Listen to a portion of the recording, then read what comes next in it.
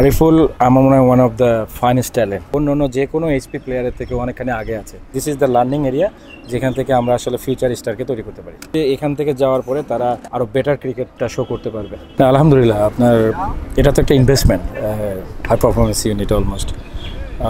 আমার জন্য খুব একটা ছিল, বিকজ আমি রিসেন্টলি লেভেল 3 করে আসার কারণে একটা কাজ করছিল। সেখান থেকে আমরা বলবো যে ফার্স্ট হলো আপনার ছেলেগুলোর টেকনিক, যেটা আমরা বলি যে যেগুলো রেকটিফাই ছিল সেগুলোর পারফেকশন নিয়ে কাজ হয়েছে।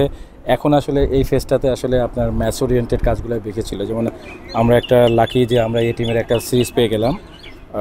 দেন আমাদের আবার একটা ফোর্থ ডে ছিল, আপনার ম্যাচ সিনারিও ছিল, যেটা আমরা হয়তো 6 তারিখ থেকে আবার ফোর্থ ডের একটা সিনারিওতে যাবে, তারপরে একটা গ্যাপে যাবে। তো আমাদের জন্য is a good journey, because all the young player আপনি যদি দেখেন যে এরা সবাই ঢাকা লিগের পারফর্মার। অলমোস্ট আমি বলবো যে 2-1 আছে যারা নিউলি, বাকি সবাই কিন্তু পারফর্মার। সো তাদের জন্য একটা বড় অপরচুনিটি, এবং আমাদের কোচিং পয়েন্ট অফ ভিউ থেকে যে this is the learning area, যেখান থেকে আমরা আসলে ফিউচার স্টারকে তৈরি করতে পারি। এই দলের বিপক্ষে 3টা ম্যাচ থেকে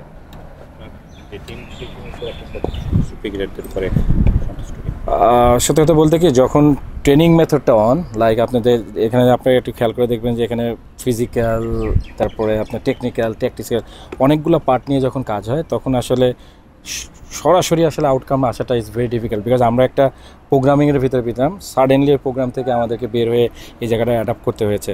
তো সেই জায়গাটায় আমাদের ছেলেগুলোর আমরা বলবো যে কোচিং পয়েন্ট অফ ভিউ থেকে বলেন যে উই আর স্যাটিসফাই যে the way they are moving. আমার মনে হয় তারা রাইট ট্র্যাকে আছে। They are understanding better the cricket, যে ক্রিকেটটা আসলে কীভাবে খেলতে হয়, কোন প্রক্রিয়াতে।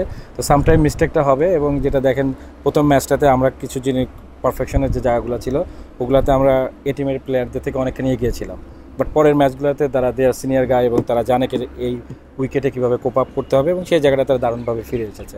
তো this is the learning opportunity, এবং যেখানে আপনার এই মিস্টেকগুলো থাকবে, এবং সেখান থেকে ছেলেগুলো কত দ্রুত শিখবে, এবং তাদেরকে জিনিসগুলোর অ্যাডাপশনের যে টাইম পিরিয়ডটা দেওয়া লাগে, সেই জায়গাটা যদি আমরা কোচিং পার্ট অফ দিক থেকে আমরা ভালোভাবে কাজ করতে পারি, তাহলে অবশ্যই আমাদের এই মিশনটা সাকসেস হবে।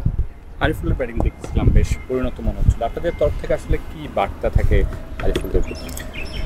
দেখেন, আরিফুল আমার মনে হয় one of the finest talent. যদি এইচপির এই স্কোয়াডে আপনি দেখেন যে যার ফিউচারের জন্য খুব কুইকলি রেডি হওয়ার রেসপন্স। এখন হাউ ই গ্রো আপ, এটা হলো ইম্পর্টেন্ট। আপনি ধরেন আমাদের এই প্রোগ্রামে যদি ম্যাচের সংখ্যাটা কম থাকে, তাহলে আপনি পরীক্ষার স্টেজটা খুব কম পাবেন। আপনাকে কিন্তু এখানে পরীক্ষা দিয়ে যাইতে হবে। তো সেই জায়গাটার দিকে আমাদের আরেকটু নজর দেওয়া উচিত, এবং প্রোগ্রামিংয়ের যে জায়গাটা রয়েছে, যে আমরা বলবো যে যেখানে ওখানে অবশ্যই ম্যাচ অপরচুনিটি থাকতে হবে। কারণ আপনি যেটা শিখলেন সেটা যতক্ষণ না পর্যন্ত আপনি পরীক্ষা দিয়ে পাস না করতে পারবেন, আপনি ওটার প্রতি আস্থাবান হবেন না, এবং আপনার ট্রাস্টটা গ্রো আপ হবে না। তো ট্রাস্টটা যদি গ্রো আপ না হয়, তাহলে আপনার শিক্ষাটার ভিতরে অলওয়েজ গ্যাপ থেকে যাবে। তো সেই জায়গাটা আমার মনে হয় যে he is one of the guy, যে মেন্টালি বলেন, ফিজিক্যালি বলেন, এবং টেকনিক্যালি 3টা জায়গায় অন্য যে কোনো এইচপি প্লেয়ারের থেকে অনেকখানি আগে আছে। এবং ওর প্রোগ্রামিংটা কেমন হওয়া দরকার, ওকে নার্সারিং প্রসেসটা কেমন হওয়া দরকার, সেই জায়গাটায় আমাদের অনেক বেশি মনোযোগী হতে হবে। আপনার পেস বোলারদেরকেও দেখলাম, সাকলাইন বাদে মোটামুটি সাকলাইন একটা ওভার বেশ খারাপ করেছে গতকালকে। এছাড়া এমনি দেখলাম যে প্রতিনিধিত্ব বোলিং করছেন, পরিস্থিতি বোঝার চেষ্টা করছেন।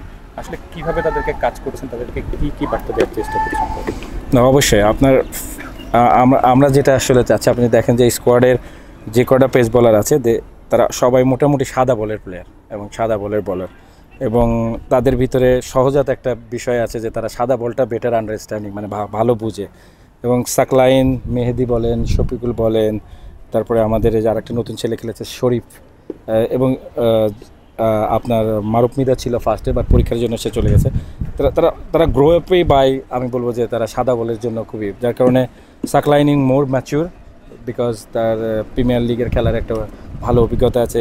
মেহেদি ইজ এ নিউ র ট্যালেন্ট, সে শিখছে। এবং আমার ধারণা আমরা এখানে যেটা করেছি সেটা হলো, ধরেন যদি আমার পয়েন্ট অফ ভিউ থেকে বলি, তাহলে আমার প্ল্যানটা ছিল এরকম যে ওদেরকে আমরা 4টা লাইক টেকনিক্যাল, ট্যাকটিক্স, মেন্টাল এবং ফিজিক্যাল 4টা পার্টের কম্বিনেশনে কীভাবে ওদেরকে গ্রো আপ করা যায়।